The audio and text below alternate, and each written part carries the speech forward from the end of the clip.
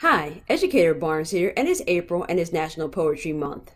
And poetry is a form of writing I absolutely love. I've been writing since elementary school. I had a journal, and within that journal, I would write short stories, I would write about my day, and I would write poems. It was just a great way to express myself and get the thoughts that were running through my head down onto paper. And I have most of those journals from my younger years, and I've looked back at those journal entries, and honestly I can say some of those short stories and some of those poems weren't that good, but that's not the main focus. It was just great to get those thoughts out of my head.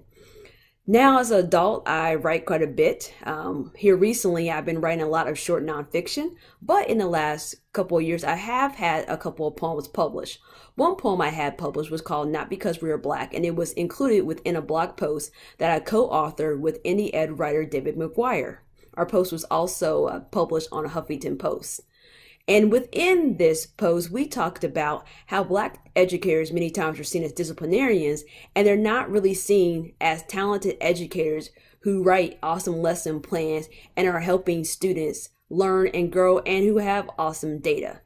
And so when I was thinking about my thoughts that I wanted to include within this blog post, one of the things that just kept coming to my mind were these words, and I ended up writing a poem. And so I wanted to share with you today that poem I wrote and a little bit of my reflection about the thoughts that I included in this poem. So without further ado, Not Because We Are Black. Most of us have heard this before. They say it as a matter of fact. This long-held misguided belief is easy for us because we are Black. Ascribe our success to chance. Ignore degrees, awards, and plaques. Forget the midnight oil we also burn. Spew this statement as a matter of fact. Shut down strategy shared, so quick to clap back. Oh, you can handle these kids because you're Black. To you, it may seem like a harmless wisecrack. To us, your offhand statement feels like a slap. Your words aren't really about us. It's about the skills you lack. Your lessons don't connect to these kids. These reasons seem to be the facts. Some who will hear this may feel attacked. Not sorry, not cutting you any slack. When too many kids who look like us keep falling through the cracks. Because you won't reflect, take a moment and step back and acknowledge your inability to reach and teach them has nothing to do with the fact you aren't Black. And so throughout my career, I've been seen as a teacher that's had good classroom management, and that's good for me. That's good for my students. Learning can happen. I've had good data.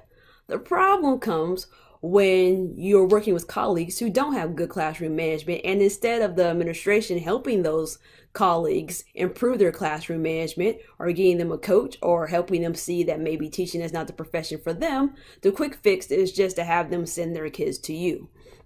And over the years, that kind of can wear an educator down, especially when you're looking at your data. You're like, man, I have good data. I have great relationship with the students. And the only thing my principal really says to me is just how great my classroom is managed and how orderly it is. And when I'm trying to step out and take all these leadership responsibilities, I keep getting overlooked. And I've heard this time and time again from other Black educators and Black professionals that I've talked to. So if you're a principal watching this is just something to keep in mind, because your quick fix of having an educator in your building to help and take other people's kids when they can't manage them, it works for the moment, but it doesn't work if that educator packs up his or her bags, closes the classroom door, and walks away.